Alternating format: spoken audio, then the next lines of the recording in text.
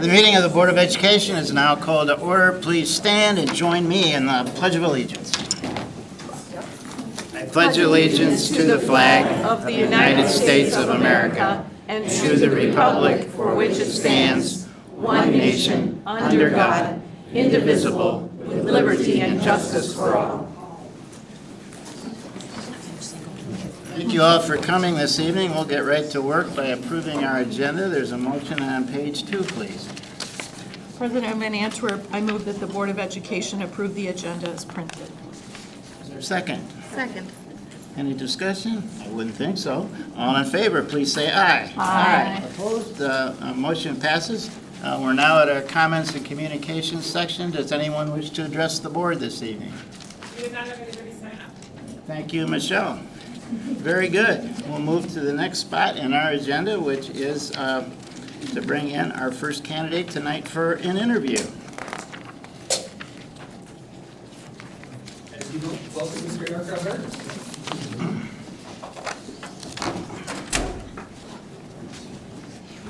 Hi, Eric. Good to see you. Thanks for being here. I know you're kind of happy. May I get it? Yes. Good to see you again. Thank you. Hey, Jerry. Great to see Good to see you. you too, my friend. Thank you. Looks like the weather's kind of weird. Oh, good, good. That's kind of Because we know what the disaster plan is. Well, you kind of know what the disaster Right. is. Well, Good. good to see you, Eric. Good to see you. You too. Nice to meet you finally. Yeah. How did I not? Just me.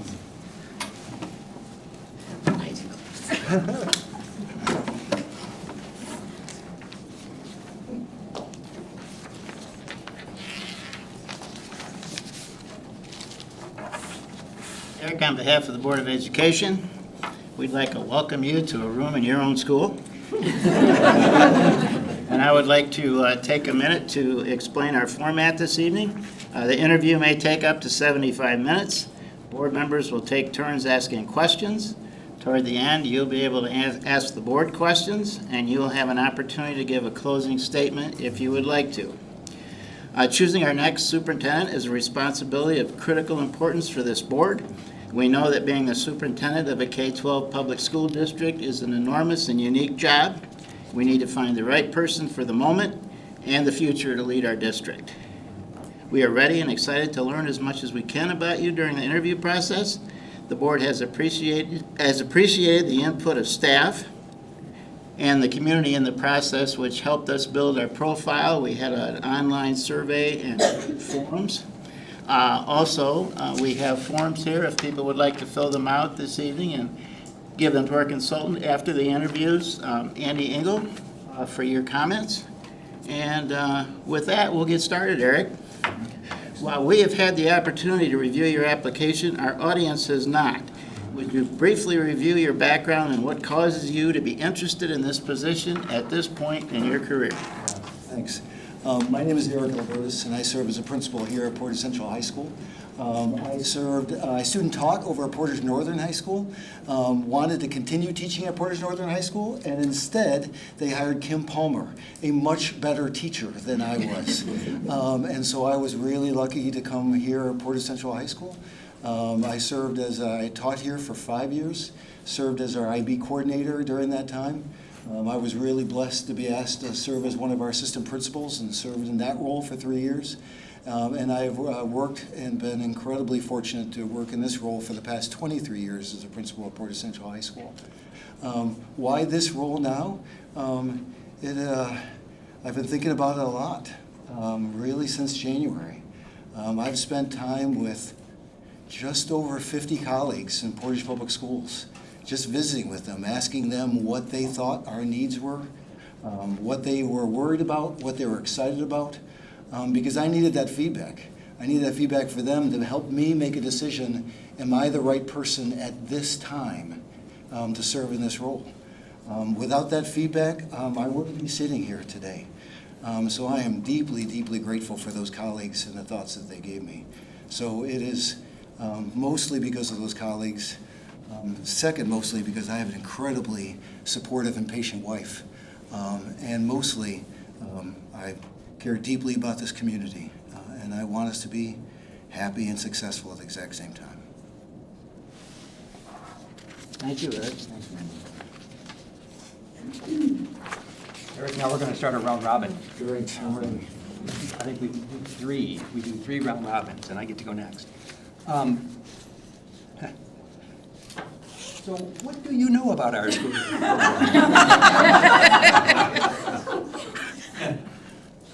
And now, can you tell us what you believe are the most immediate challenges we face and how you might address those? Absolutely. I am an imperfect human being, and one thing I know is our community. I have spent, whether it's been in people's church basements or in their living rooms, at different schools throughout the district, or talking to people in the produce section of Meyer.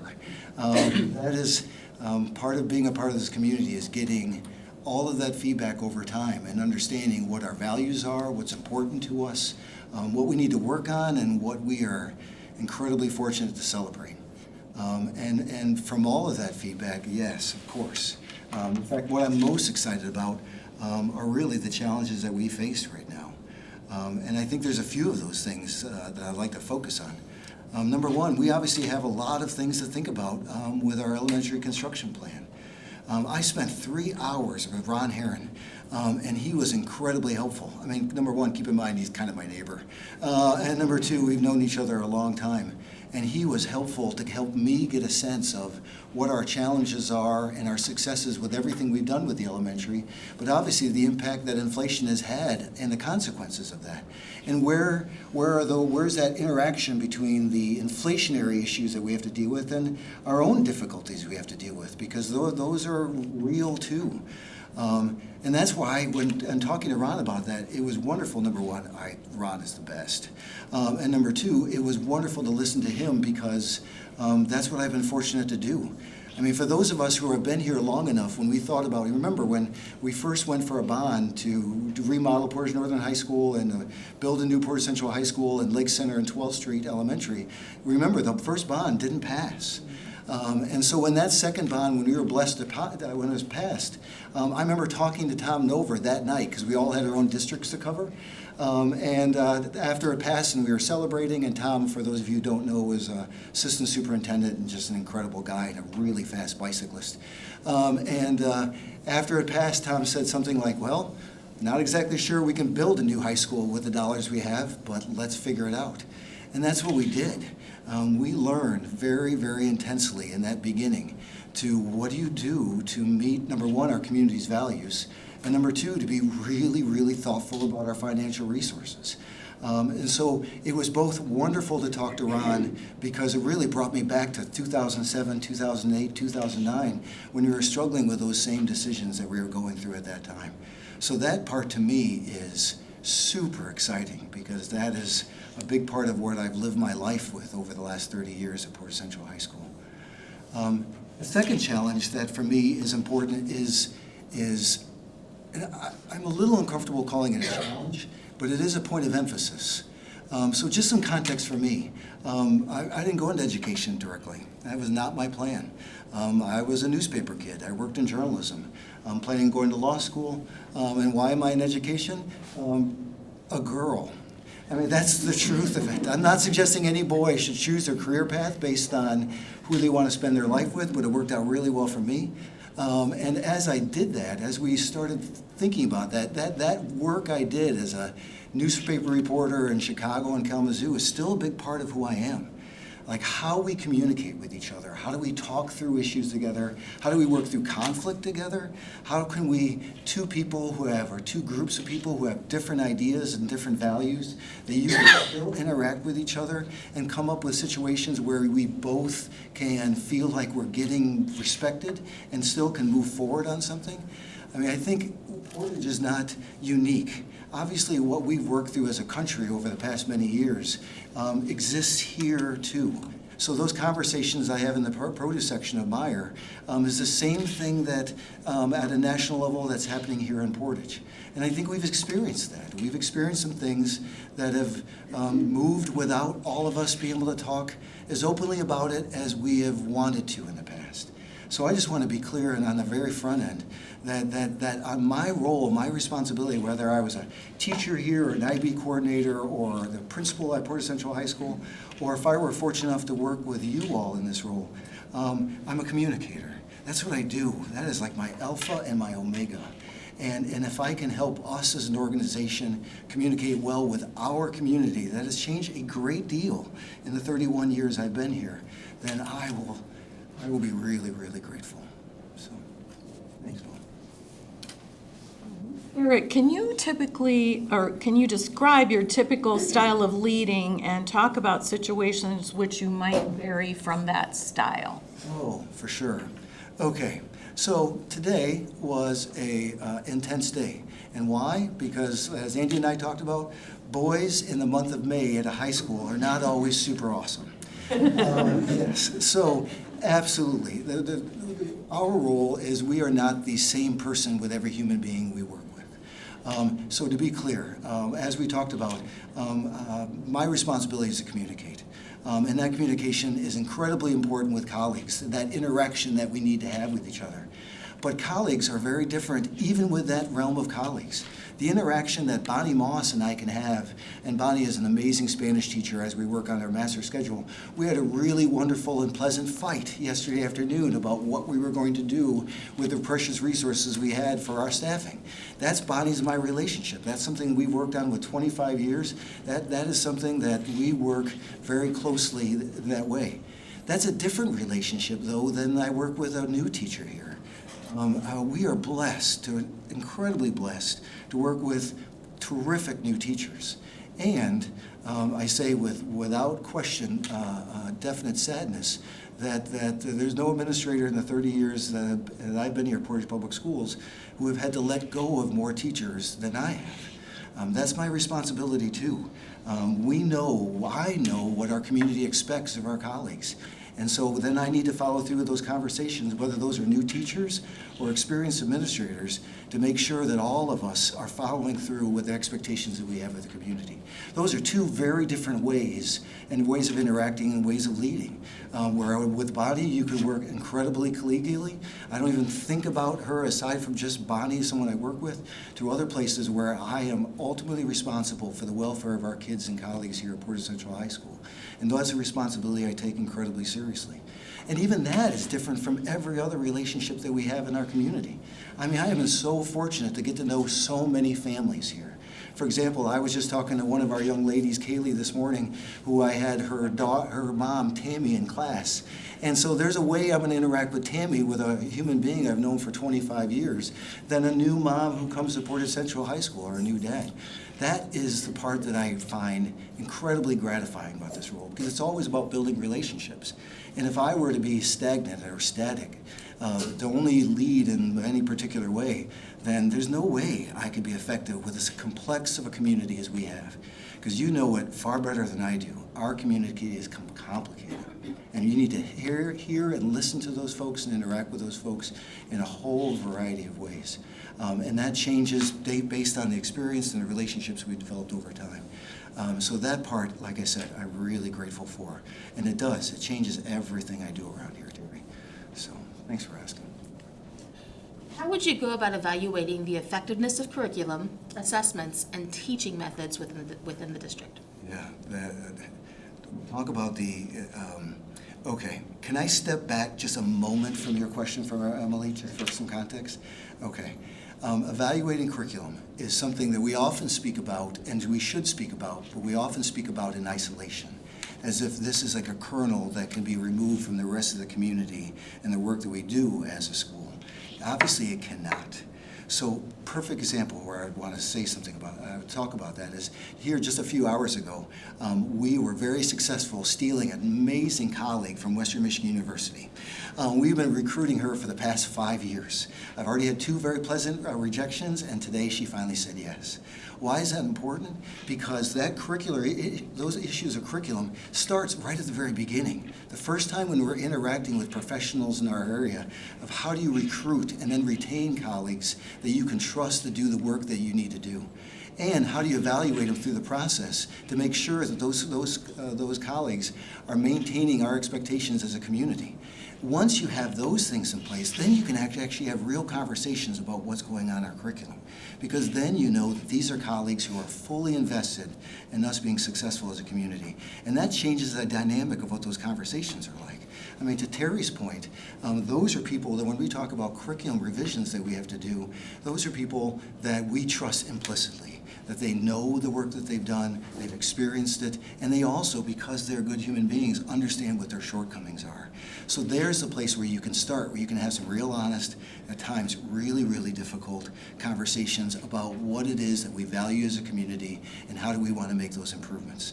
So forgive me for avoiding your question just for a second, but that question doesn't make any sense to me unless we do those first parts extremely well at the very beginning.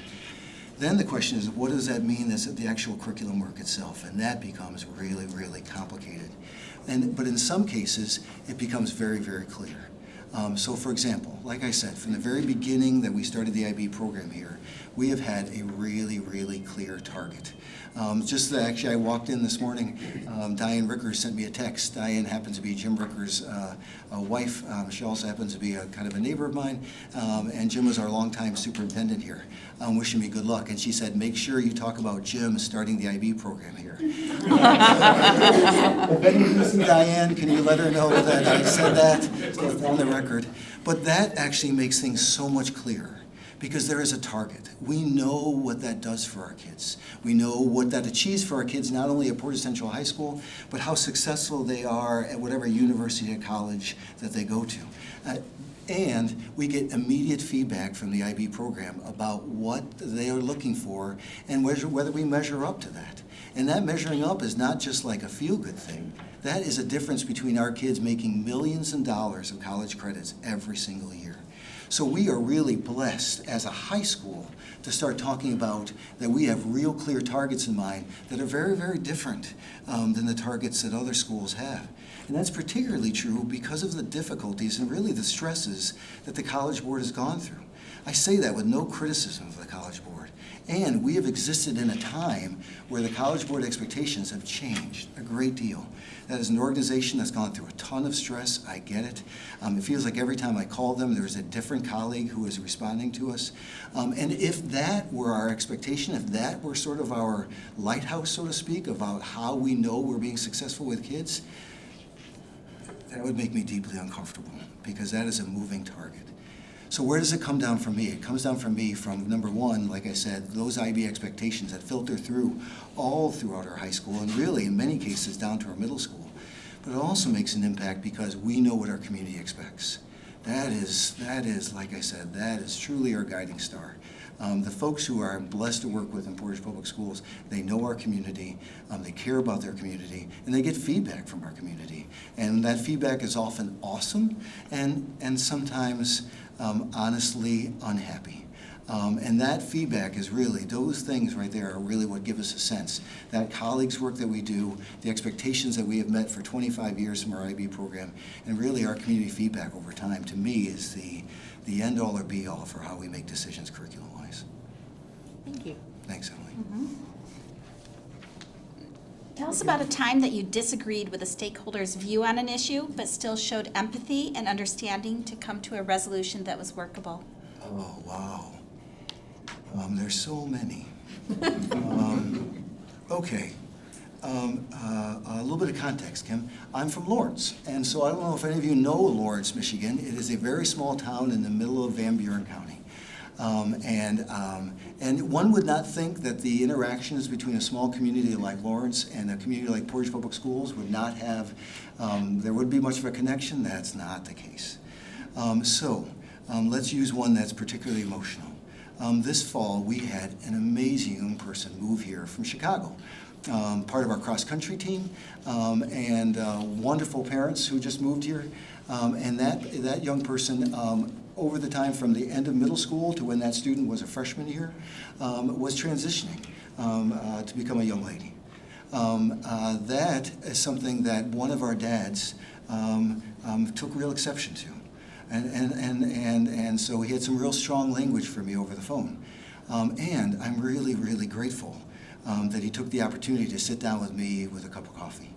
And as we were talking through that whole situation, because again, he had some strong feelings, and that is a part of our community, those strong feelings. There's no mystery for any of us in the room or anyone in any town probably in the United States right now. And as we were talking, I noticed he had a great T-shirt on, and he has a Hartford Indians tattoo. And so I said, did you grow up in Hartford? Hartford and Lawrence are rivals. We always lost to them.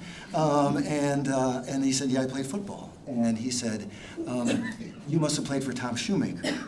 Tom is an amazing guy and was my first boss when I worked for migrant students in Van Buren County a long, long time ago. When that Dad and I had that conversation, that we realized that we had a mutual respect for another human being, we found common ground. And really, it gave that Dad an opportunity to really be honest. That Dad was not angry with me or Portage Public Schools or really that family. That Dad was anxious. He was scared. This is an environment that was different from him. And he's worried about his daughter. Every dad who's been in a situation before worries about their kids. And there is a place where we can build a relationship with each other. More often than not, what I worry about over the last many years is that too many human beings aren't willing to have that conversation. And maybe it's because I'm an old man, and maybe I think too many people spend too much time behind social media. But more often than not, if we talk to each other as humans, as parents, as folks who are trying to figure things out, we can find a place where we can live with each other. Not be happy with every aspect of our decisions, but definitely find a place where he knows that this place, Portage Public School in this community, is safe and caring for his girls, and that other families can also have that same feeling. And that is really just the most emotional experience. That happens, if not on a daily basis, almost a daily basis. Most of us understand that if we can come to a place where we respect each other, we can figure out pretty much any problem. So whether that's like curriculum issues like Emily was talking about, or how do we do teacher evaluation like Terry and I were mentioning, or whether it's just one dad on a particular day sitting outside of Water Street talking about what coffee they like and how we care about our daughters. Yeah, that's a pretty awesome part of this role. Thank you. Yeah, thank you. Okay, Eric, what do you think are the key practices needed to establish and maintain a good working relationship with the board? Oh, yeah. Work.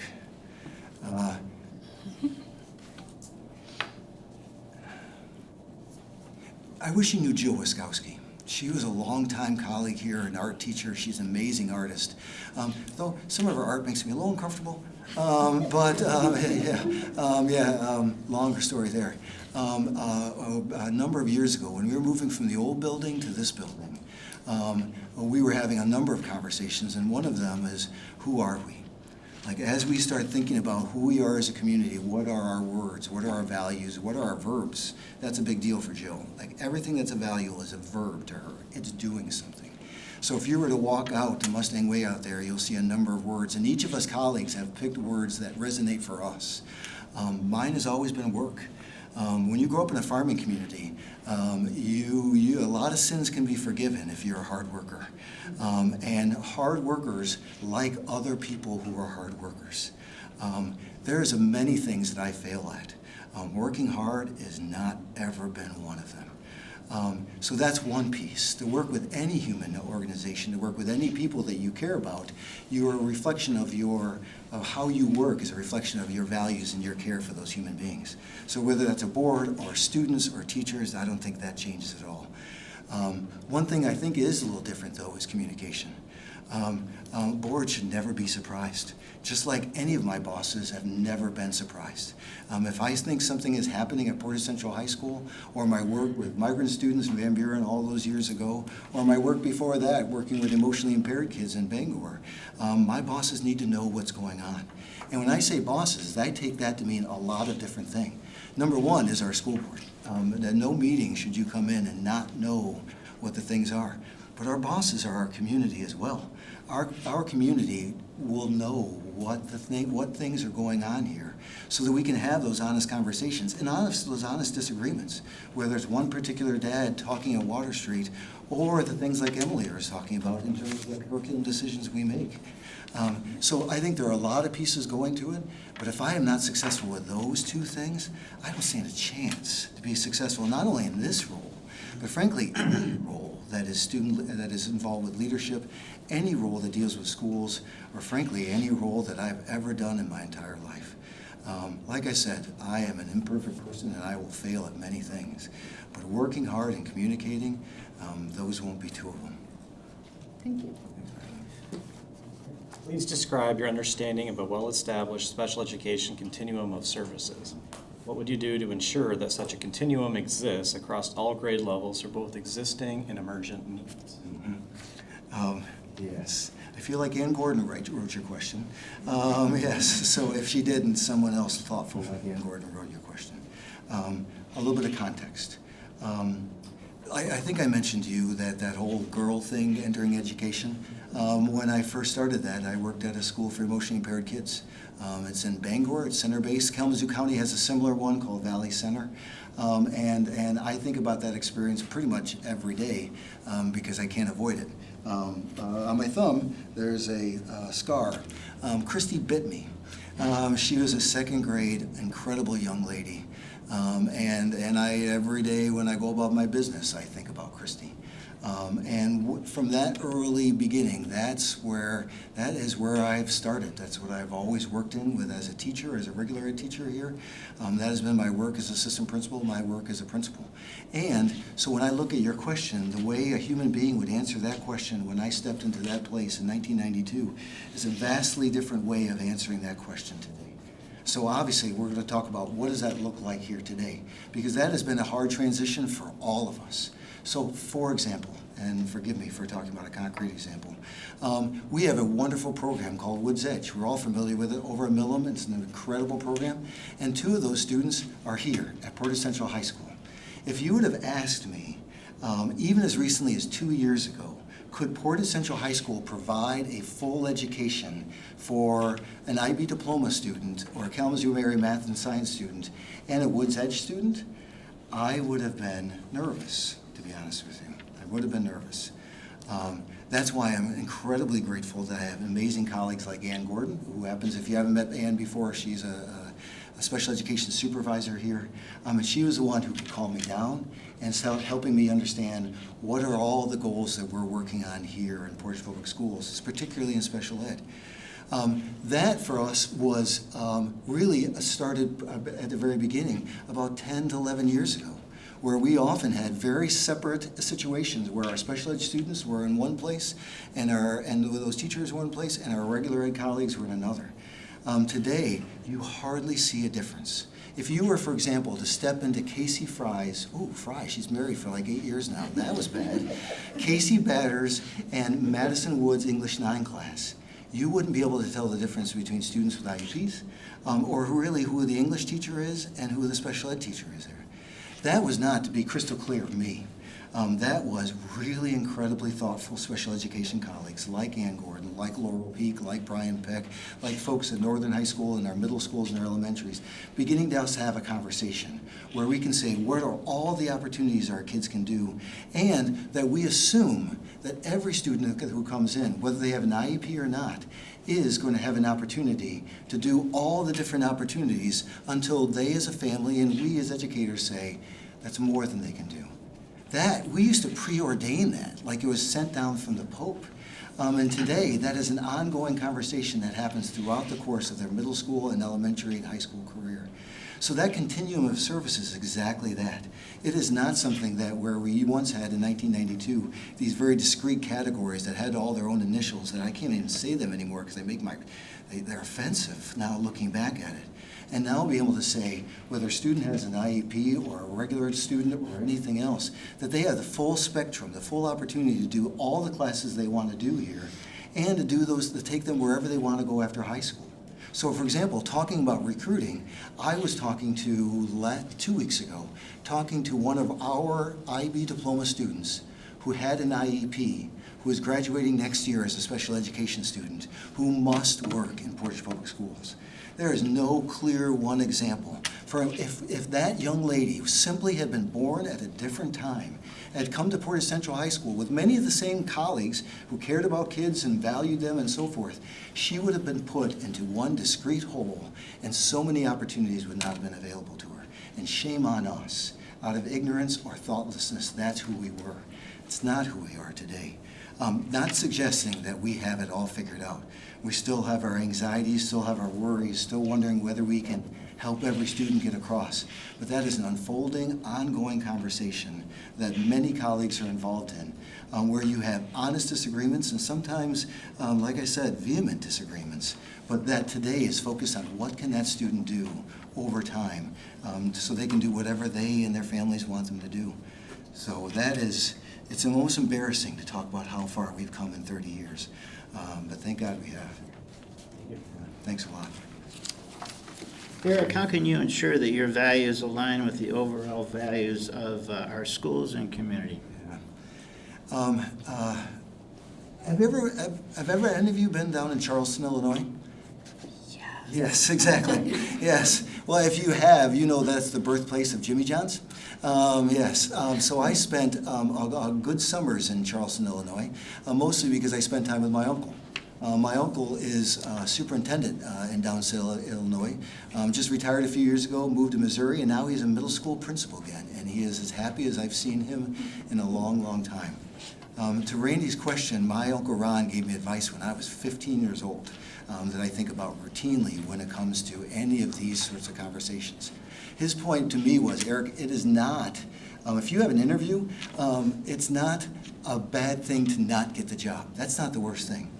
The worst thing is to get the job, and then you have it, and you find out your values as a human being and the values of that community don't line up with each other. If that happens, there's only two things that can happen. Number one, you leave, because that disconnect is so major. Or you conform. You take who you are as a human being, your values, what you do, and you make it fit that organization. And that is, from my perspective, worse, because you are not who you are anymore. I'm not suggesting that I haven't had difficult days. I'm not suggesting that there haven't been values conflicts. But I can say, for the 31 years I've been here, I've never, ever been into a situation where I thought my values didn't align with the values of Portage, our Portage Public community and us. We've had disagreements over time, and that's going to happen. But that is what I have been incredibly blessed. I mean, to think about that over that amount of time, where I know that I know how that's happened. And it's happened because it wasn't just my unique values. It's happened because I have had incredible mentors. Whether that mentor was Varro Wilkinson, who was our superintendent here, and at the age of 93 would come and do inspection tours of Portage Central High School as we were building this place. Whether that mentor was Jim Rickers, who I got far better, knowing him far better after he left this role than when I was doing it here.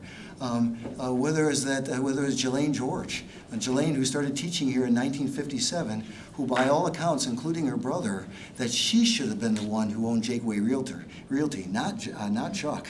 Jelaine was a smart one. You just couldn't do that in 1957. I've had incredible mentors over time who have made it very clear to me what our values are, what our community values are, and how to take those values and communicate them to our own kids and to our own colleagues to make sure that those two things are consistent. To be clear, though, we have had some days where we have not lined up with our community's values. I mean, I want to be clear that if I had known before I was blessed to start serving as a principal at Portage Central High School how difficult those 5 to 7 years were, I don't know if I could have. I don't know if I could have taken the job. Like, for those of you who maybe don't remember those years, remember that's the year when I woke up. We all woke up turning on the TV, and Channel 8 said Portage Central High School, heroin high. That was 2 days after I got a tip from one of our kids looking at a gold Camry that had a freebasing spoon right in there. working with the security folks at Kohl's, showing us videos of our 2 amazing young ladies injecting heroin between her toes, just so that her parents couldn't see her. I mean, we were at a time, on a Friday night, having syringes thrown on our lawn right there on 206 Bacon. Those were some hard years where our student body was not a reflection of the values that we've had in Portage for a long time. And that meant that disconnect was incredibly tough, where we had to have some real difficult conversations with kids, and real difficult conversations with parents, and real difficult conversations with colleagues to change the culture of this place. So to Randy's point, I have been blessed to understand what our values are, but there have been some really deep, dark days where we had to adjust the organization to reflect the values of our community. So when our kids, when I talk to our seniors, we just had a senior meeting yesterday, and I told them that they are an awesome group of seniors. Sometimes I worry that they just think I'm an old man who's like throwing rainbows at them to say that they're just nice kids. No, I know that they're awesome kids and they reflect our community's values because I've seen us when we've not been that. So I know that we can ensure our values because we've done it before. And that happens because of work, that happens because of communication, that happens because you have wonderful conversations, but even more because you have difficult, dark conversations to make sure that alignment fits. If we don't have that, I don't know everything about schools, but one thing I learned from an amazing professor, Chuck Achilles, a long time ago, schools are a reflection of their community. And if they're not, then you have unhealthiness. I've been here when being unhealthy. I will do everything possible to never be in that same place again. So, sorry, Randy, that got kind of dark, but thanks for letting me fill you in on that, Randy. Thanks, Eric. Eric, several questions together here. How do you communicate your expectations to employees? And how do you deal with employees who do not meet your expectations? And then could you provide an example?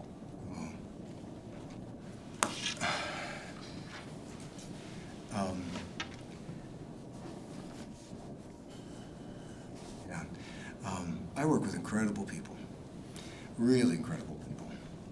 And some of those people are not colleagues at Portage Central High School over time. To be clear, it's not because they're not incredible people. They're still friends of mine. Still people I see, still people I interact in the community, still folks that I see at craft shows when we have them here, still see at Presidential Brewing when we had a staff get-together there over the summer. These are people I care about.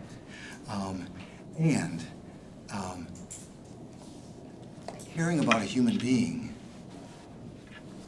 and knowing whether they reflect our values as a community are for two very, very different things. So let's get to your point. For number one, how do we communicate our expectations? Some of that is in all of the very clear communication, whether it's our staff handbook that has existed for 27 years here, whether it's our weekly information that we get out to our folks about what things look like at Portage Central High School. All of those are very formal, constructed, very well planned, and very organized systems that we've had in place for a lot of years here. And I'm not suggesting for a moment that those things aren't helpful, but those aren't really what's helpful. What's helpful is the constant communication that we have with folks, whether that's walking around the hall, whether that's talking to folks after school today like I did with a colleague. It is all of those informal connections to make sure that they understand and can buy into our values. And let's be clear about that. We've had some terrific colleagues who have not agreed with our values at times. I get that. And that's understandable. We have a distinct set of values as a community and as a school district, no doubt about it. And so we have had some colleagues who have taken their own individual values and seen who we are and said, this isn't right for me. And that happens from those conversations. But part of it is the piece where they want to meet our expectations. And more often than not, they can't. What does that mean for me? That means that I have to be very, very clear with them about what those expectations are and following up with them in documentation to make sure that they know what our expectations are. and that we follow systematically step after step in order to work through the process for them to either make their own decision about being a colleague or for me to make that decision to be a colleague. Let me come back to their own for a second, but let me focus on just me for a second. So it was, like I said, when Randy talked about the issue of values, truly in my first 5 years as administrator, we had to let go of 12 colleagues. That was a trial of fire. And those were times when some of those colleagues were tenured colleagues. So if you know, when we made those changes in 2011, there's still important tenure rights that are incredibly important. But those expectations were different in 1999 and 2000 and 2001.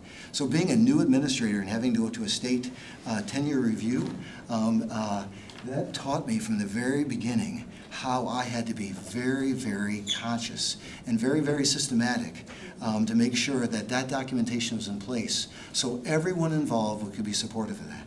I still think of the time when another middle school principal and I sat very anxiously outside of a school board meeting, very much like this in our old administration building, because that particular colleague wanted to have the conversation with the school board before we went to the Michigan tenure review at that time.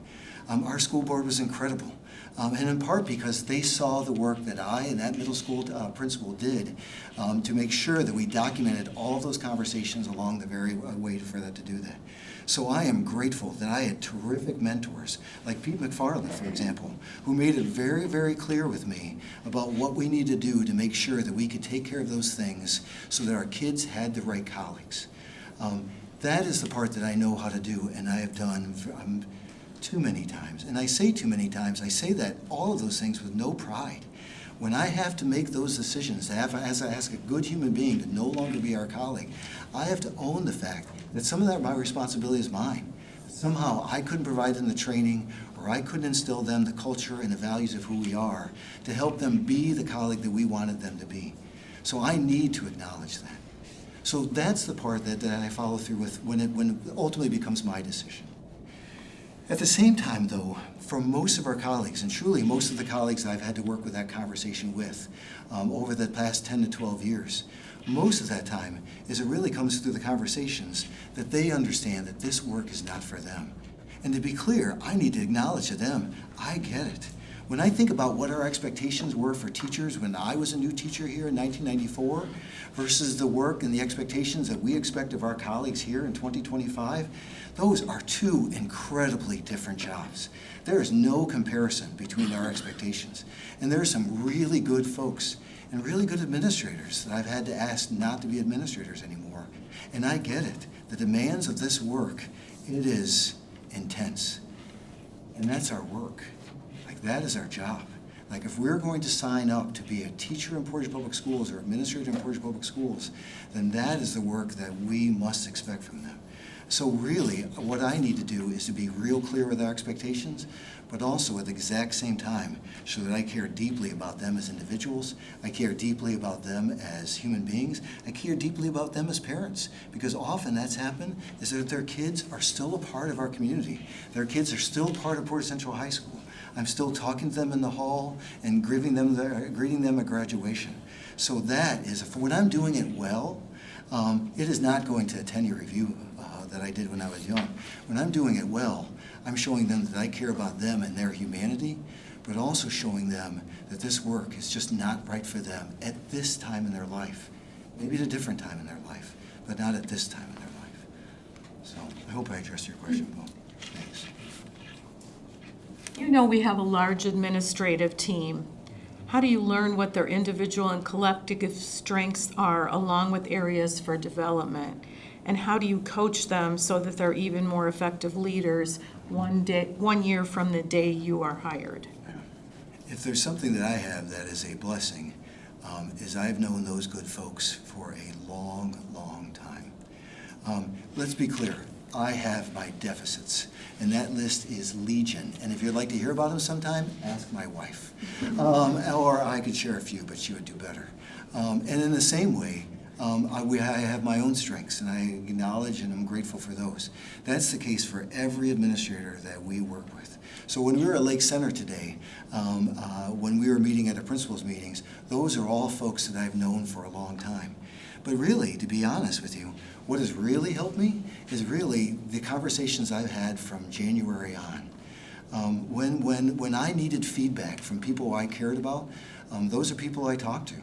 And those are people I know really, really well, but not as well as I thought they did. So let's take a perfect example. Sarah Wagoner.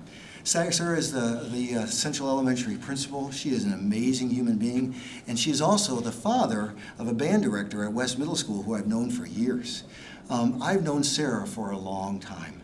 And sometimes we've had to interact just because we're colleagues and we care about each other. And sometimes we interact because our baseball boys think that their parking lot at Central Elementary is their own purposeful dressing yard or dressing room. It's not. So Sarah's had to, we've had to do some of those conversations at all. But really, the process that I have been really lucky to be a part of over these last few months is talking to administrators in the district and helping me understand what does our district look like from their vantage point. And it's fascinating to me because they see some of the same things, hear some of the same themes, but from just a slightly different perspective. And that has been wonderful for me, absolutely wonderful.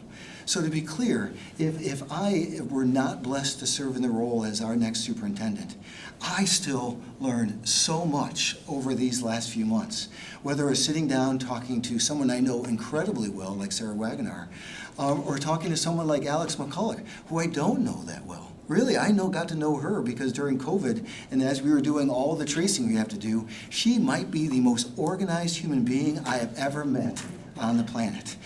She was aware and was calling me before I was calling her. And I'm kind of used to being the guy who calls first. Like, that is kind of what I pride myself in.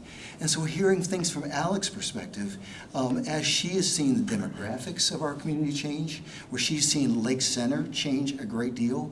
I mean, when I think about the Lake Center that my own kids went through versus the Lake Center that exists today, those are two very different Lake Centers. So to go back to your question, Terry, where I'm really fortunate is I have relationships with the folks where I know them already. I know many of their strengths and weaknesses, but I know them better over the last 3 months than I ever would have known otherwise. And that's really the magic of this job. Ron Herron talked about the fact it's not just by having the right people on the bus, it's having the right people on the right bus in the right seats. And they're absolutely right. I mean, that's true with two of the best administrators I've ever worked with in my entire life. If you have not met Asia Kaler and Tama Salisbury, two of the other principals here, then you are missing out. They are extraordinary colleagues. Asia's been a biology teacher here for 20 years. Tama's been a history teacher for, I think, 17 years. And they were administrators from the moment they sat and they came into Portage Central High School. And now the fact they're actually working in those roles because of the mentoring they've gotten from many other people, including strong women, I mean, that's part of the piece too. It's not only just knowing, that's interesting. And I'd like to take credit for that, but I don't do that. I think we're not moving enough. Yes, that happens. Should I get up and wave my arm? That's usually how it works. But the mood, okay, thanks, Bill. But to your point, Terry, it's not just administrators we have now. Like, we have to be thinking today about the administrators we're going to be working with 10 to 15 to 20 years down the road. And that has to be really, really intentionally. So that is something that we're already talking to those elementary and middle school principals, that we're already talking about the colleagues that we know in our midst. Because the reality is, there was once a day where we put an administrative posting out in Portage Public Schools and got 80, 100, and 120 applications. That's not today. So we have to mentor good colleagues here to help them to grow our own, to be strong colleagues long after old people like me are gone. So yeah, I am really grateful that I know those folks and that we know our strengths and weaknesses and that we trust each other to be able to have those conversations. When you have those two things, yeah, I like our chances. Wait, halfway through our questions, we're running just a little bit long, so Okay, I'll be more careful. Thanks, Sandy, I appreciate that. actually get them all in. All right, Eric, describe your experience with budget development, financial management, and oversight, inclusive of bond funds. Yeah, great question. I have worked with amazing people like Carla Kolstock and Tom Nover who spent their entire professional lives understanding the questions you're asking, Emily. And then be clear, I am no Tom Nover or Carla. That is not where I've spent my entire life of work. So I just want to acknowledge that from the very front end. And I've been lucky and really blessed to work with amazing people like Paula, people who have spent their lives understanding that piece. Having said that, I bring other pieces to the table about what that looks like in terms of our financial management. Of course, I want to talk about the construction of the school because that is something I've learned deeply about. But we're not going to talk about that. We're going to talk about really what does the operations look like in Portage Public Schools. That's something I know in and out. I have seen us over the years in terms of where we spend our money, because where we spend our money is really a reflection of what we value as a community. That is absolutely, I mean, we show our values in so many ways. Time is one big part of it, but money is no doubt. And so I've watched us over the years through our history, how those values have changed in subtle and really interesting ways over time as our values have changed. And those values have changed as our community has changed. Our community has changed drastically from the one that I came into in 1994. So that's what I'm grateful to bring to the table, that I have a history, that what I know what we've done in the past, decisions that are different that Tom made then, that are different than we and Paula make today, and I can bring those things to the table to help us figure out what are the things that we want to actually do today. So that is what I'm really lucky to bring to the table. The second thing that I'm lucky to bring to the table is that because schools have become, we're businesses. And we have become, especially, and we started becoming that after the recession of 2001, but we really became that way after everything we worked through in 2008, 2009, and 2010. We have to become entrepreneurial. So what I've been very lucky to do is really grateful to have relationships with local community members, local foundations, and local businesses who want to be supportive. We have an amazingly supportive community and a supportive business community that when we bring them compelling needs, they want to be supportive of us. So whether that was when we were building Portage Central High School and we had roughly right around $200,000 of both in-kind donations and financial donations from those businesses who want to help us, we couldn't have done the things we need to do here during that time. So what I'm grateful to bring to, like I said, I'm no Tom or no Carla. What I have is I have 30 years of relationships with businesses and members of this community that when we have needs, whether that's through our Portage Education Foundation, which I would want to be very, very robust, or the other needs we have here, those are people that I care about, they care about us, they will answer our phone calls, and then when we have needs, they will be there for us. So that is the things that I feel like I'm really lucky to bring to this conversation. Thank you. Thanks for asking. Eric, would you please describe your experience with the board policy governance? Yes, I watched it unfold for a lot of years. And what we do now as a board is very, very different than I saw as a new teacher, and that has changed over time. And I appreciate what you as a board and what superintendents have done. Like I said, whether it was Marcia Wells or Pete McFarland or Jim Rickers or any of the folks that have worked with you. And really why I appreciate it most is because it's based on clarity and communication. We all have roles in our organization, and we all have an understanding of what roles we play. Because if we don't have an understanding of what roles we play, that's where things can be stepped on. And I've done that before. Pat Hansen is an amazing human being. He was a longtime secretary at Portage Northern High School. And the first time where I was unclear about my role in interacting with Pat Hansen, she gave me both barrels. Yeah, both barrels. And if you knew Pat, you would definitely know what that feels like. I overstepped because I didn't have clarity in what my role was and my interactions with her. And now I'm really grateful that Pat stopped to see me last night because she's a grandma here at Portage Central High School, and she is amazing. Whether that's one human interaction or what it needs to run an organization that is as complicated as Portage Public Schools, fundamentally it's still the same. For all of us to understand what our roles are, to make sure that we have clear understanding of what kind of things and how we go about talking to each other, and what our roles are not.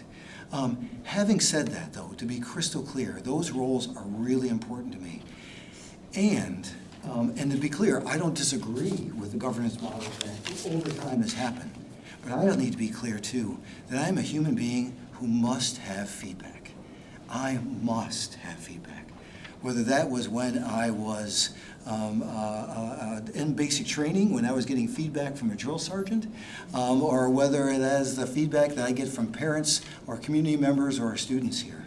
And so I want to be clear that while we all have roles, and we want to be thoughtful and clear about the roles we have, if at any point those roles confine communication, if at any point those roles keep us from saying what we need to say to each other, whether individually or as a board, at any point that happens, that's where I worry. I need feedback, because by getting feedback is where I know where I can adjust my decisions, adjust my behavior, adjust what values I have. Or maybe come to a place where as things change, because things are going to change, when I need to have an understanding of, like, this is not right for me anymore. So far, I've been blessed over my 31 years to not be at that place. But that time will likely come sooner or later. And that only comes when honest feedback happens. So to go back to your question, Kim, I am grateful for the clarity that boards have made over the years, because I think some of you as board members have been in places and have been at times when that clarity was not there. And that led to conflict. Conflict that had consequences for us as our community that we still feel today, that we still ripple through us at different times. So to be crystal clear, I'm grateful for that. At the same time, I wouldn't want anyone, whether it's a board member or a parent, to not communicate something to me if they have it on their mind. I don't want things to confine our conversations. And I would like to believe that that's a place we could find in our work together, if that's the choice that you make as a board for me in my future. So, thanks, Kim. Eric, how have you dealt with curriculum issues that arose that current culture considers to be controversial, and describe how you may have been able to resolve them? Yes. So you might be talking to the only person who's brought 3 things to our CIC and got it voted down every single time. I want to be honest that just because something seems like a good idea to me doesn't mean it's a good idea for us. Having said that, yes, we have had to deal with controversy. And I've had to deal with that from the very first moment I walked into Portage Public Schools. As an English teacher, you deal with controversy. And we were going through a situation with a particular book that we were choosing at that particular time, that as our community changed, significant and thoughtful members of our community felt that that book was not appropriate for our students at that particular time. So when I first came into that as a very new teacher at Portage Central High School, I wondered, did I make a mistake to come to Portage Public Schools? I worried about that. And truly what came out of that was the Curriculum Construction Council. CIC came from that one conversation that happened on that one particular book. That's been an organization that's been a part of Portage Public Schools for 30 years. And so why do I appreciate CIC? CIC is an opportunity for us as a community to have honest conversations, to have real honest dialogue, and really to process conflict. Most of us as human beings, we understand that everything we believe, other people aren't going to agree with. We get that. We understand that there's going to be honest disagreements between us as human beings. We get that. But we want a place where we feel heard. Now, some of that being heard can happen just between me and a parent. So, for example, when you first bring an international program to a Portage that was very, very different in 1998, where some of those values that the IB had were different than the values that we had in Portage Public Schools. We had to have some real difficult conversations about what that curriculum looked like. And for the most part, many of those conversations could happen for 2 reasons. Number one, we had thoughtful parents who could bring those concerns to us and have an honest dialogue with us. But also, we have a group of colleagues who are also a reflection of our community. Our colleagues who are here often live and care, and their own kids are a part of this community. So they don't want to be out of step from our community. So that, where those places, where those values mesh, that's usually where we can do that. But when we can't do it on that individual level, we have to have mechanisms organizationally to have those conversations. And for us, CIC has been a big part of that, where we can have those honest conversations. Been there many times with that. Sometimes my ideas have worked out, and like I mentioned, still a little we're all about the one in particular. But sometimes they don't work out. But that's okay. As long as we're talking to each other honestly and openly about it, we can work through pretty much every situation. Thank you. Yeah, thanks for asking. How specifically would you go about establishing and maintaining positive public relations with our community? Okay, yes. When I was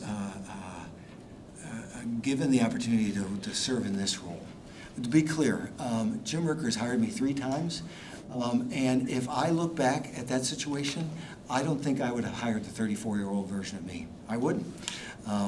Apparently Jim saw something in me then that I didn't quite see in me and that I needed some work on.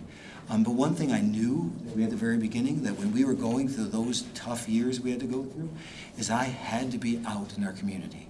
Have to be. And so that is what I do. That's a part of my gig. That's a part of my job. And so whether that's being here at the orchestra concert tonight after we get done with this conversation, or checking out with baseball going on, that's what I do. And why do I do that? Part of it is because I like watching our kids and do amazing things. But most of that is because that's the places where you can build relationships with parents, because those are the places where we all have common ground. We all want our kids to be successful. And when parents can see that we have that relationship, when something tough does come up, like Mary Lou and I just talked about, we already have a common relationship that we can work through those difficult situations. So when we say community relationships, what that means to me is really just relationships. It's me being present out there. And I know what that looks like at Portage Central High School. It leads to some really long days sometimes, but that is part of what I've done for every year that I've served in this role. And that's exactly the sort of thing that I would do if I were fortunate enough to serve in this role. I have to be out in our buildings with our kids developing relationships. If I am not out there, I cannot be successful in this role. Let's be crystal clear. I'm not smart enough to have all the best ideas. I will never be the smartest person in the room. Where my strength is I communicate well and I work. And the only way you can communicate is being out there in our community. There's a reason both those words have a root cause, have a root element to it, because community is part of communication. So I don't think of it as a separate thing. I think of that as just the way I have lived my life for every year that I've been here. There will be challenges to it. I mean, do I have long days that I work in this role? Yes, so that I can be at all of those events after school. And then after we get done with that, that's when I can go home and answer emails and do all the other work stuff that I need to do. In this role, we are a big place. We are not a high school of 1,400 kids. We are a community of 8,000 students. That is a staggering number that has gone up and down over the course of the years. So that will be an adjustment for me. There's no doubt about it. All I know is I have to do that. That will be my first thing that I need to do, is to be present out there. How can I do that? Like I said, I work. How else can I do that? Because I have the most amazing wife that I possibly could, who's been supportive of me on some of the ugliest days that a spouse could go through. And she's been with me, taking care of all the things that I have not taken care of over time. So that commitment to this community, whether I continue to serve for however many years as a principal at Portage Central High School, or if I'm lucky enough to serve in this role, nothing about that will change. Yeah, thanks for asking. Eric, please share with us strategies you use to ensure staff members feel valued and appreciated. Okay, yeah. Tomorrow's Mayfest. If you grow up as the son of a German woman and the grandson of a German woman, you learn a few things, and one of those things is food is love. It just is. When you share something with something that's elemental to like our life, that shows that you care about colleagues. So I laugh about Mayfest, but it is among my favorite days of the year. So we always have 3 fests every year. Mayfest is the standard summer hot dogs, hamburgers sort of thing. We have Oktoberfest. How can you be a German kid without having Oktoberfest? We also have Pancake Fest. And then we have some other fests that are sprinkled throughout the day, throughout the course of the year. There is something about giving something to other human beings that shows that you care about them.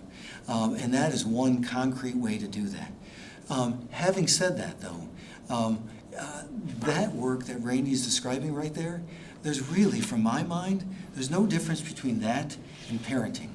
Now, to be clear, I'm not suggesting I'm the dad of the colleagues we work with, despite the fact that I'm old enough to be the dad of many of those colleagues we work with. But just like being a parent, you show someone you care about them by the time you spend with them. I spend a lot of time with the colleagues we work with. And when you spend time with them, they see that. Now, to be clear, why am I going to the orchestra concert tonight? For all the reasons that Mark and I just talked about. Why else am I going to the orchestra concert tonight? Her name is Joanna Steinhauser, and she's amazing. If you haven't met our new orchestra teacher, we stole her from Kalamazoo College. So excited. We worked on recruiting her for 3 years, and she is an amazing colleague. I need to be at that orchestra concert because I need Joanna to be crystal clear for her to know we care about the arts here at Portage Central High School. So you show people, you show your colleagues you care for them because you're there with your colleagues. That takes time, that takes work, that takes a really patient wife, and that's what I've always done, and I will never stop doing that. So. Thank you, Eric. Would you get a sip here? Eric, Portage has the full range of students, including both low and high achieving, low and high socioeconomic status, a wide range of life goals. I mean, it's a pretty diverse place. Yes. How will you ensure that each student's needs are met in our classrooms and beyond? Yes.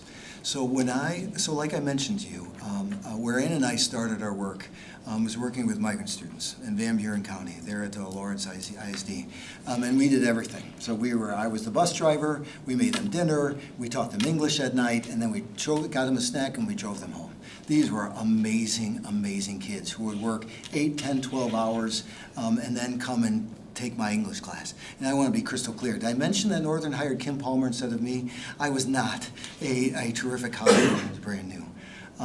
And when I first came to Portage Central High School, and I looked at the class that I worked with, and at that time we were who we were, 99% white, I thought, what planet have I come on?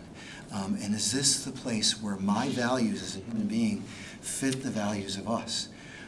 So there was a time where I wondered if I was in the right place. That is not what Portage Public Schools look like today.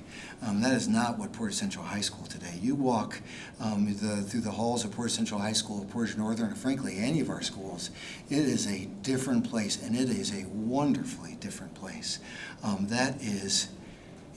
We have transformed as a community in so many ways, economically and demographically, and that's a whole other fascinating conversation. But what does that mean for us? It means a number of things. And number one, it means looking at what Mary Lou talked about earlier and Emily talked about. Do we have a curriculum that focuses and is attentive to those needs of all of those particular students? That's hard, right?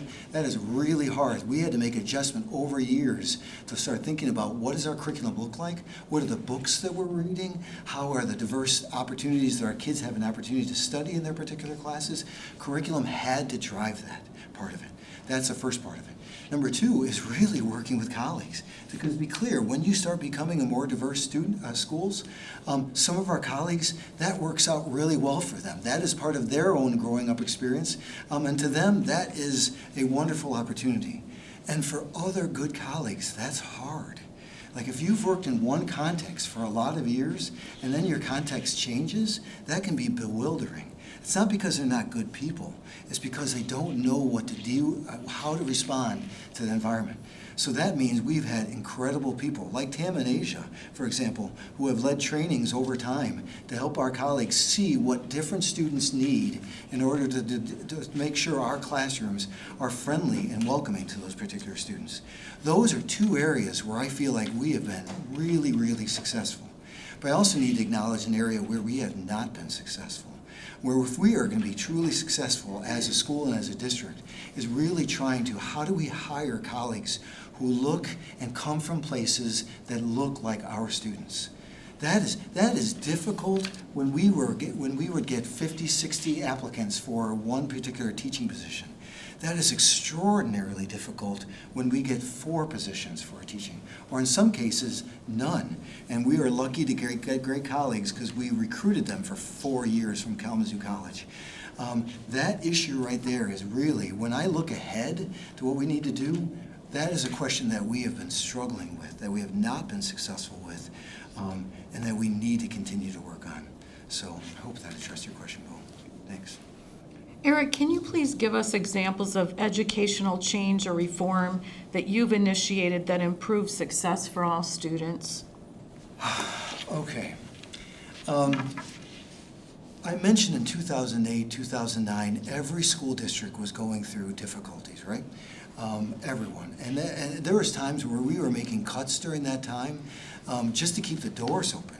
I think about that almost every single time I walk in our mailroom, because we designed our mailroom for all the colleagues that we had at that time, and now many of those mailboxes are empty, and they're actually 1/3 bigger than they were.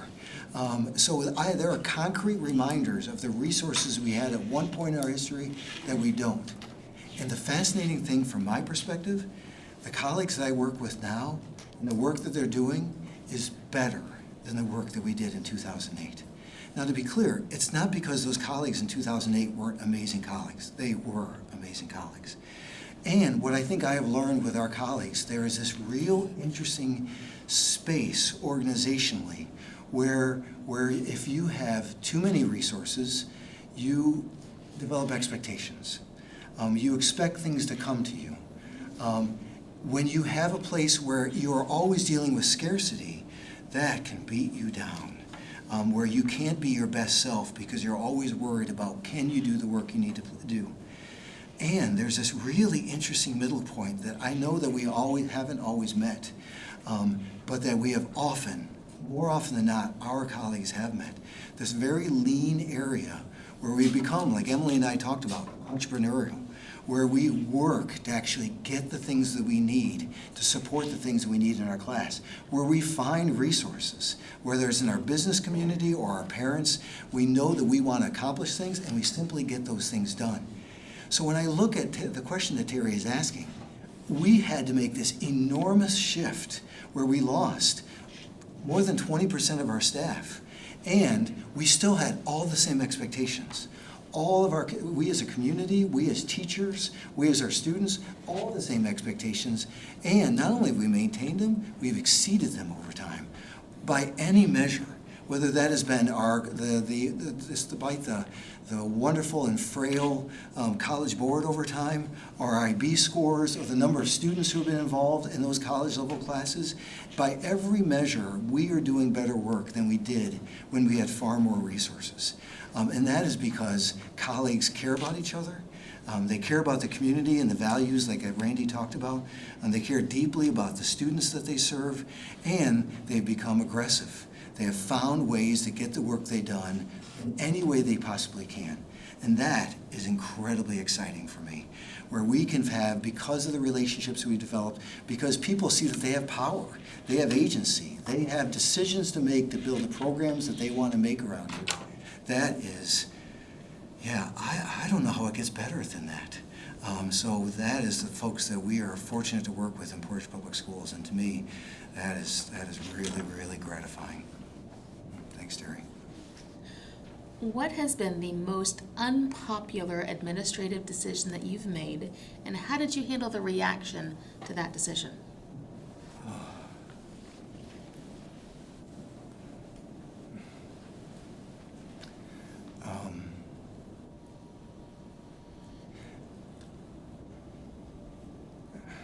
Okay. we're in the people business, right? I mean, that's what we do. You don't get into this work if you don't care about human beings. And when you care about human beings, and you do this work, there are times you do really dark things. I describe them as ugly things. And you do them because you believe that in the end it'll be the right thing. So, when I was very new in this role, and we were going through those dark years that we were talking about, we worked with an amazing human being who was an administrator in Portage Public Schools. A caring human, a good person who cared about work and cared about kids, and our values as an organization, as Portage Public Schools, and as a community were not in step with the values that she brought to the table. Wasn't because her values were wrong, they were just not in step. And that led to some difficult conversations you have to have. And the consequences were, they were horrific. During that time, she realized she was pregnant. During that time, she miscarried, and I can't help but believe it had something to do, at least in part, with the stress that I was putting on that family unit, to a point where she didn't return to Portage Public Schools, and we simply had to figure out how we go beyond that. And what it did is it put good human beings, terrific colleagues here, in a place where they had to make a decision, where you see a good human being go through a nightmare that no woman should have to go through. They chose sides, and they had to, and I didn't blame them for doing that. And it was a nightmare. And I did it, and it was ugly, and it was hurtful, and it was destructive, and I did it because I had to believe that in the end, when we made the changes, we would be a better and healthier organization. Did that work out? It did. We are a healthy organization as a result. Does that take back any of the darkness or the sin that I take from that situation? It doesn't. But that's my job. That's what I signed up for.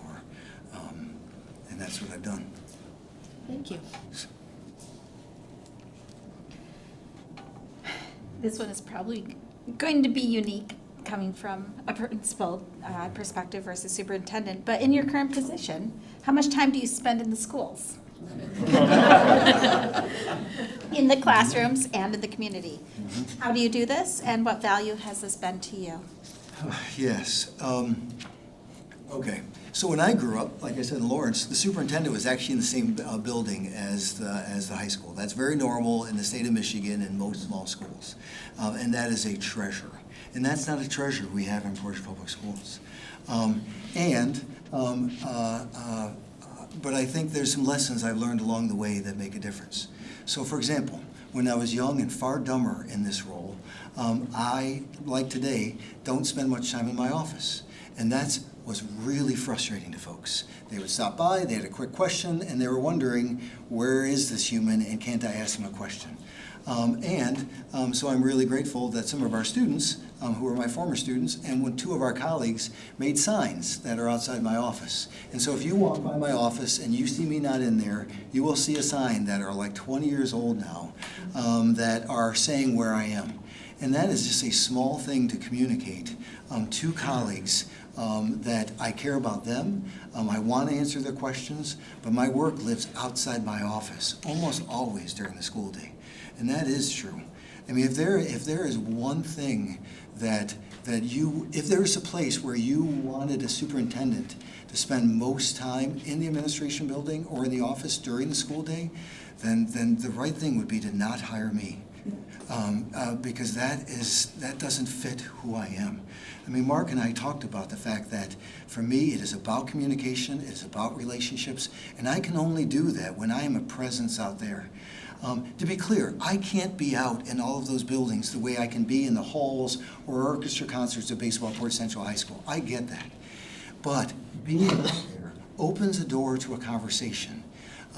Opens a door for someone to be able to reach out to me a month later because I was walking through Woodland Elementary. That opens a door for a conversation for them to be able to reach out at a later point. it's fascinating to me that I think some people believe that to go out there is to be seen. That is not it. You go out there to see. You go out there to understand the cultures of those different places, those different classrooms, those different sports, those different elementaries, because I think you all know all of our elementaries have their own quirks, their own cultures. They are very fascinatingly different from each other. And so I need to spend time to see out there, to understand those things so that it guides me with the decisions that I make. So to go back to your question, Kim, I have to be out there, and there will be no time more important than that first year to build those relationships, to open those doors, so I can see accurately to help us make the right decisions for us as a whole community. Thanks for asking. If you ever want to see those signs, some of them are funny. Okay, there are many roles and responsibilities within the superintendent job. Fiscal responsibility, board relations, community relations, staff relations, and the list goes on. How do you do all of this while still taking care of the academic side of the house to ensure we are maximizing student growth and achievement?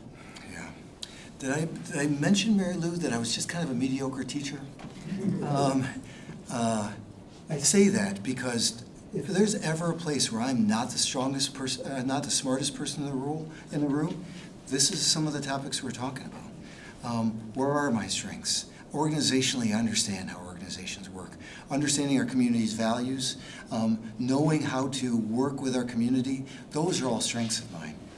Instructionally and how we make the curriculum changes like Emily talked about, to be clear, that is not where I've spent the majority of my work over the past 30 years. So I need to acknowledge that right on the front end. And we have made good decisions.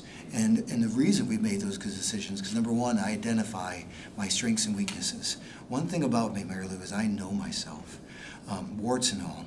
And number two is what you do with a team, like Terry talked about, is you find people who complement each other. Find other folks where that is where they're passionate, that's where they're experienced, that's what they've seen, the work that they've done. They've known how to move things along from beginning to an end, and where I can do the work to support them, whether it's financially, whether it's culturally, whether it's building the support for that. That's where my strengths are. And because you're absolutely right, we can never lose focus on that. So if I can turn back to like two of the most extraordinary people I know, Tama and Asia. I mean, number one, they're two of the best teachers I've ever seen in my life. And they're two of the best principals I've ever worked with. So when we work as a team, they balance out my strengths. They bring those things to the table. And that's what I would have to identify and work in this role as our superintendent, is making sure that we have a team that complements each other. To be clear, by complementing doesn't mean we always just agree with each other. Tim and I fight. Oh my heavens. In Asian, I don't fight as much. We disagree. There are times, and that's what happens. You can disagree with good people when you worked and showed you care with them for a long period of time. But we complement each other. That is exactly what I need to do, is I would need to help build a team where I can bring my strengths to the table to do the things that I can do to help us as a community, but also identify my weaknesses and make sure that we have really good human beings, thoughtful folks who can build community, who can work with principals and other teachers to make sure we keep our focus on all the way down the line. We've done that before. I've done that before, and that's exactly what I would do in this role too. Thank you. Thanks. Eric, formative and summative assessments are significant pieces of data. How would you go about growing student achievement in our district? Well, first of all, you have to decide what is most important. I mean, talk about alpha and omega. Sometimes we can't, as educators, decide what is important. And so, for example, that is what I think we have been really fortunate in Portage Public Schools, is we've had some really honest conversations over the years so that we've made those decisions about what's important. My elementary colleagues can understand and explain that in a way that I simply can't. That the things that they have to make sure that they know that their kids are reading at third grade level is truly extraordinary. So I'm fortunate. Talk about blind spots like Mary Lou and I were talking about. Those are things that they have, gifts and treasures that they bring to the table that I simply don't have. Having said that, I definitely know what that looks like at the middle school and the high school level.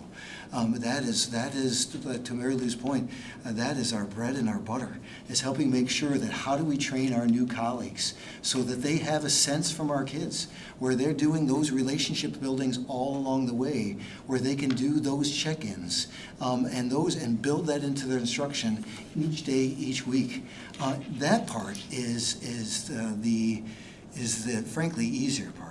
The harder part for all of us is how do we take that feedback in really thoughtful ways to feed the instruction that we want to do the next day, the next week, the next month. That is always where the friction lies. To be clear, we have high expectations for our kids. There is no doubt about we have high expectations. We want to challenge our kids and we want to support them. And there's always this tension, healthy tension, but tension of making sure that we have our end goals in mind for what we want our kids to look like and be able to do a senior year, by the end of their senior year, but having those formative assessments that we can say, no, we need to take a step back in this particular unit, on this particular skill, to make sure that we are doing right by our kids, that they are actually moving along in a way that makes sense to them.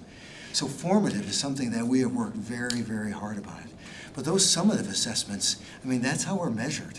That is how our community looks at it. That's how, for example, we have a nuclear engineer. She's moving here from the great state of Mississippi. She's going to be working at the new Palisades that we're opening up. Palisades, I think you recognize, is a little bit of a drive from Portage. She's coming here because as an engineer and as a scientist, she has looked at our final assessments. She's looked at our IB scores. She's looked at our College Board scores. She knows what our kids are able to do. And her point to me is, she's coming to visit us next week. Her point to me is, say, Eric, this is where I want to be our students to be. I want them to be in Portage Public Schools. And I'm going to take a 45-minute drive on nice weather to drive to Covert every single day in order to be a part of that. That, to me, is really where things get exciting. We do good work in part because that's what's right for our kids. But we also do good work because, as I mentioned at the beginning, other hardworking people, other people who care about education, want to be with community members who also care about hard work. We attract people who are like us, who care about us and our values, which then helps our community over time, not just educationally, not just culturally, but economically, with the businesses that we're lucky enough to work with. So all of those things, what we do in our English 9 class affects what things like Pfizer can do in our community. Those links are crystal clear. So that's important educationally, but it's also important just for the long-term welfare economically for our community. All those things are tied together, and that part is really, really cool. Yeah, thanks. Eric, do you have any questions for us? Oh, too many, and I'm pretty sure that Andy's going to be watching my time, so please give me a heads up. I probably have time for one. Okay, then I'm going to focus on the one. I am by nature an anxious human being. That is who I am. And over time, I've found ways to work through my anxieties, through my colleagues, through my spouse, through my running partner at 5 a.m. Each mornings. And I look at my challenges sometime as what my anxieties, what are my worries. So that's my question to you.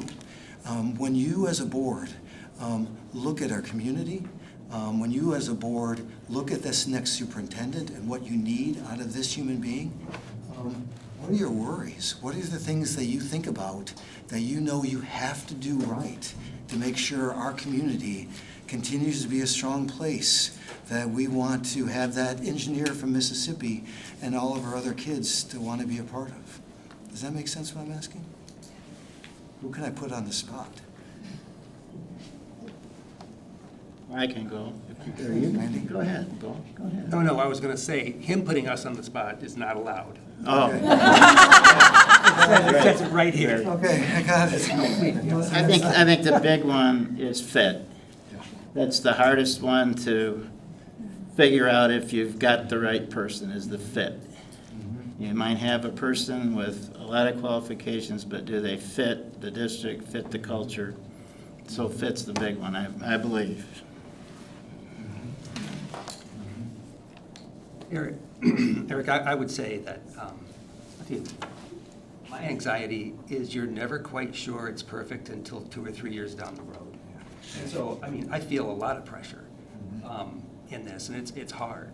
So I just want to, put that out there. You know, you talk about you being an anxious person. I think this board has had enough conversation that we want a superintendent that is feeling a little bit anxious all the time, but not debilitatingly anxious all the time.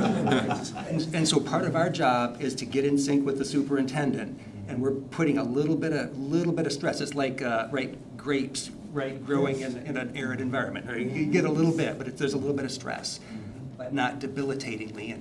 And try to figure that out and walk that line and move the district forward. That makes perfect sense, Paul. Would you like to take a minute and make a closing statement, sir? Yeah, I would. No, just a minute. Oh, but Andy left. Maybe I have two. Like I said, and I'm grateful for your questions because I'm not a perfect man. I'm not a perfect principal. I know there is no such thing as a perfect applicant, but if that person exists, it ain't me. Having said that, what Randy said, I could not agree with more. It is about fit for this community. I just want to be clear that I care a great deal about this community. I think I've shown it in how I've spent my time and my treasure and my family being a part of this community. And there is nothing that I won't work through or communicate about. That is who I am. I care about the 7 of you. You care about the community. And I just want the success of Portage Public Schools. So to be clear, if the choice is not me, then I care and respect about that.